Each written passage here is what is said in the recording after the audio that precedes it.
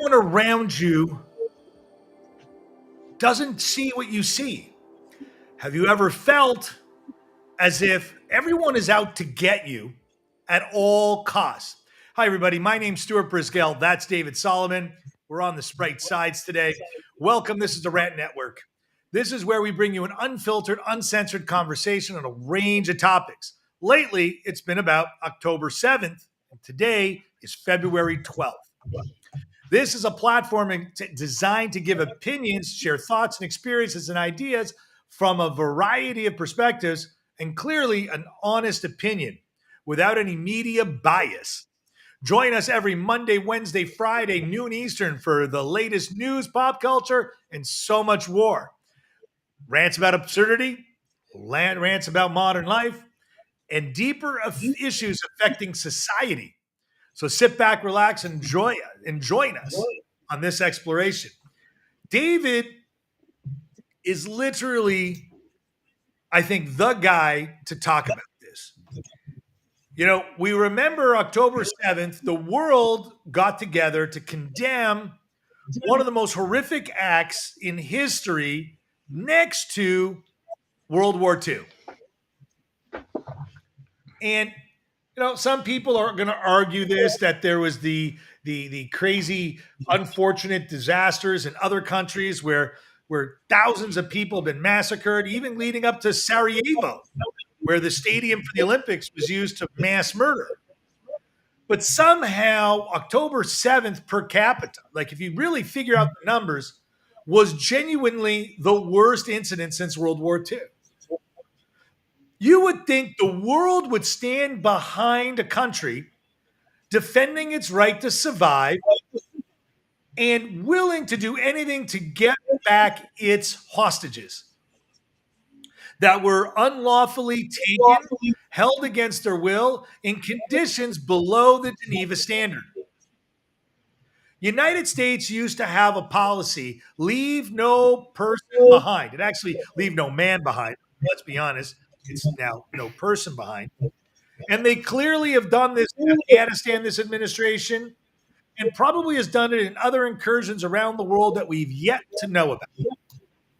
And the world would have Israel allow countries like Qatar, countries like Yemen, decide how we should get back our hostages.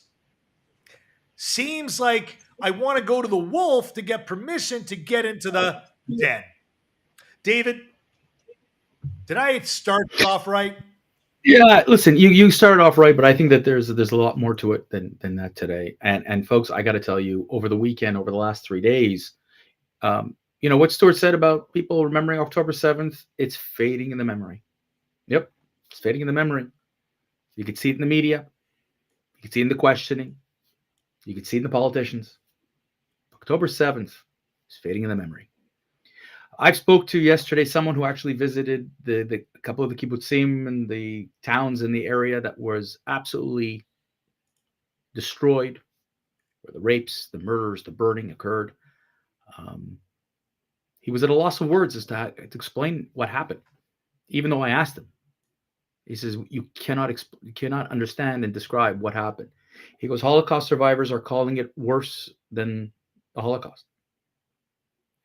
So when you have that as part of your, in you, and an entire country of 9 million, which includes Jews, Arabs, Muslims, Druze, Bedouins, Christians, all were hurt and impacted on October the 7th, all, without exception. And I could care less about a lot of the statements and the BS.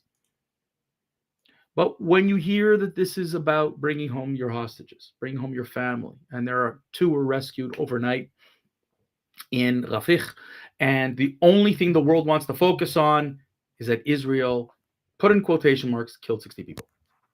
What they failed to tell you is that those 2 people were in a residential building, and where Hamas brought them there so that Israel could purposely kill Palestinians. Doesn't matter.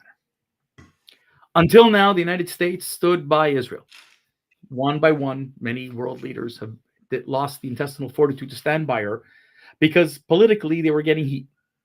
The noise from the media, the noise from the left were frightening many leaders, including France, including Canada, who has no intestinal fortitude. I'd like to do a test there to see if there's anything there. And until recently, Joe Biden said he would stand by Israel. Israel and the United States, you always said Israel's best friend was the United States until the Obama administration. When Barack Obama took over as president of the United States, he changed the policy towards Israel. He wanted to force Benjamin Netanyahu into taking a two-state solution, even though from a security and from other perspectives, it was an awful arrangement. But Obama wanted to force Israel. Obama's hate towards Israel and his love towards the Arabs, the terrorists, because he supported the Muslim Brotherhood, he supported other terrorist organizations. His hate towards Israel was unbelievable. And yet, for 8 years, he tried to force Netanyahu into taking a terrible deal that would hurt the security of Israel. Netanyahu fought it off for 8 years. When Joe Biden was elected president, Netanyahu was hoping that Biden would take it a little differently, and he did. He took it a little differently, and then since October 7th had stood by him. But as Stuart, as we saw last week, Mr. Biden's memory and capacities have been challenged. Here's the problem. World leaders like Northern Ireland's new first minister, and I'm appalled and sickened by this, Michelle O'Neill. She decided that Hamas is a future partner for peace in the Middle East. Really?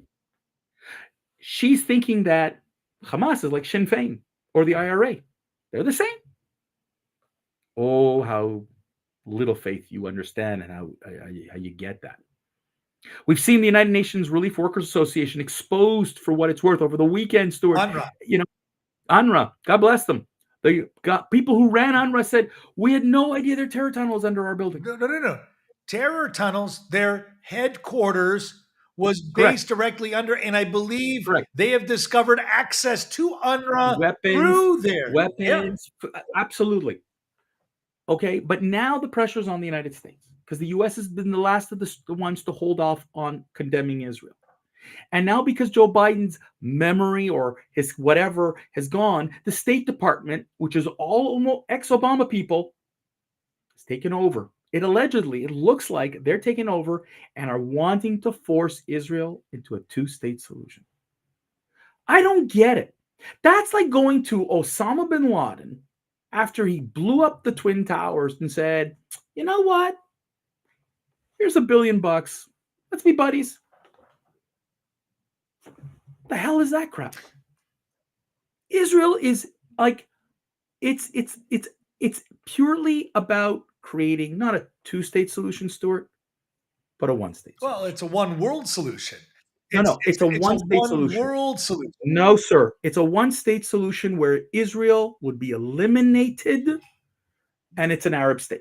Well, that's what this state. It's not a two-state solution. But that's the one. That's called the one-world solution that they have been seeking, and they're playing the long game for 1,000 years. There's nothing new.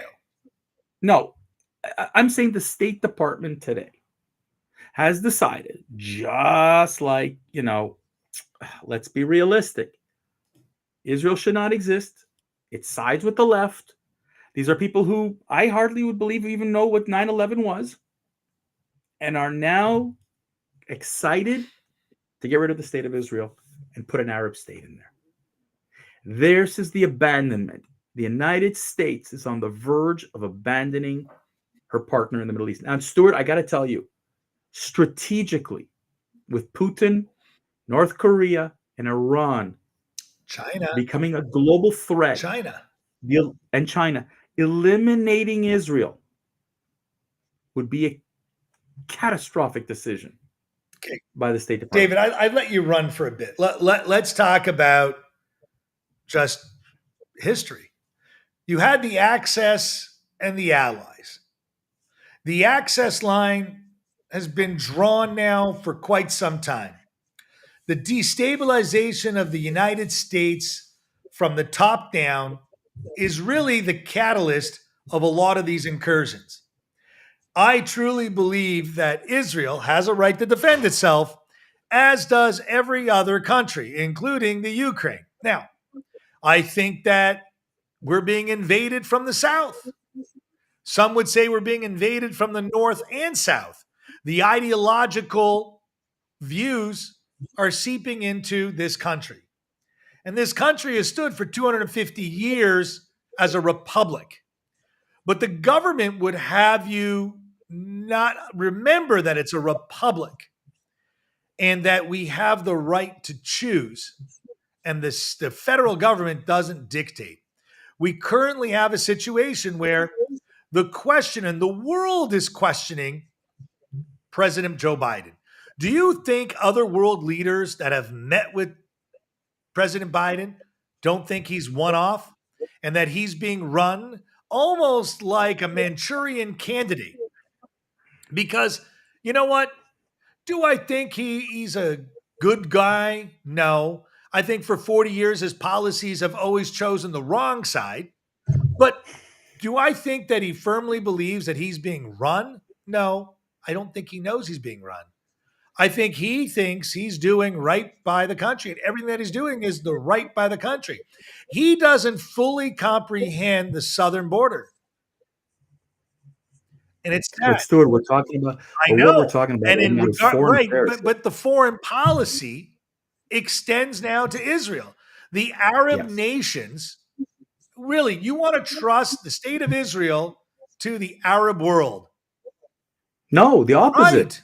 The Arab world has said, "Don't bug me with it." Saudi Arabia has clearly said, "You go figure out a two-state solution." No, Egypt. Not No, me. Egypt's now put troops on a border.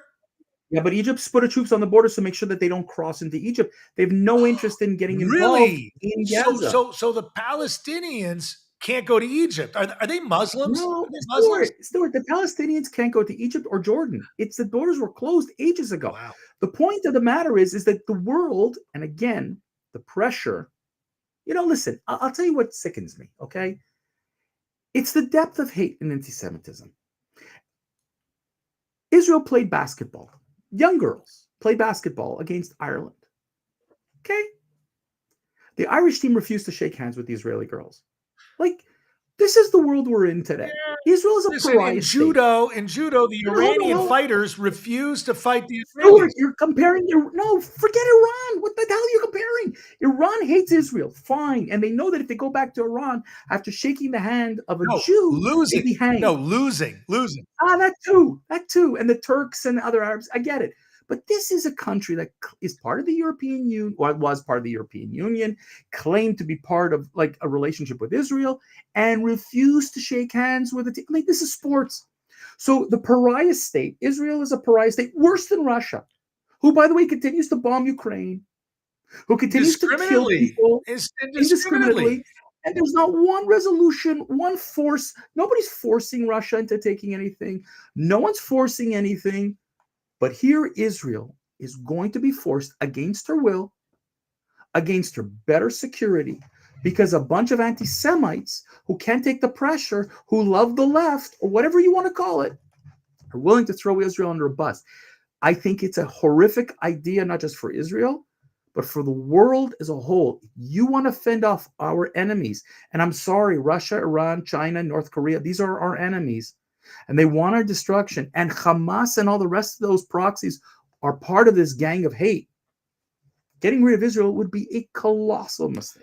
David, I'm just going to end, because we're wrapping up this quarter hour, by saying I pray that you, the voter, really understand the facts. Get out of mainstream media and listen to the facts. Because you know what? I don't want to be biased. We're not Fox News. We're not CNN. We're not MSNBC. This is a rant network. We actually listen to the world. David, last word, I'm wrapping up. Stuart, they don't want to hear it. They want to hear what they want to hear. And if you hate Israel, you're going to go to MSNBC. Go to Al Jazeera. I mean, for crying out loud, how Al Jazeera is being broadcast in airports in the United States is mind-boggling. You want to talk about hate news? That's hate news. Congratulations, ladies and gentlemen. And we should talk about that laptop that we discovered. And on that note, Stuart, that's all for today, guys. Thank you for tuning and listening to the Rant Network. We hope you've enjoyed this conversation, gained some valuable insight. We appreciate your support. love us, like us, listen to us. We see. Anyways, guys, join us next time for another thought-provoking conversation every Monday, Wednesday, Friday, noon Eastern. Please, guys, download the podcast, download the videos. We love it. We, get the content. YouTube, David wants to push for a channel, subscriptions please. to YouTube. In the meantime, don't forget to follow us on social media, whichever your preferred source is.